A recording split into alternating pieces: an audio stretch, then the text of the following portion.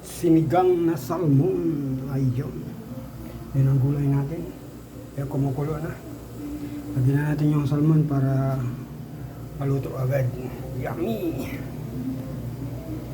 Yan kumukulo na. Sakto yan, sakto. Pananghalian.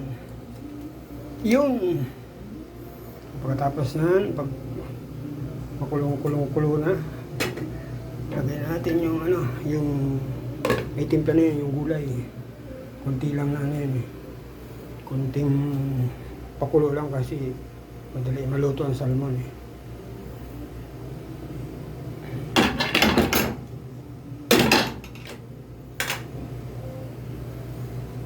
Ay, yun ang sarap niyan pag naluto na. Yan ang pananghalian natin, ulam natin. Yummy!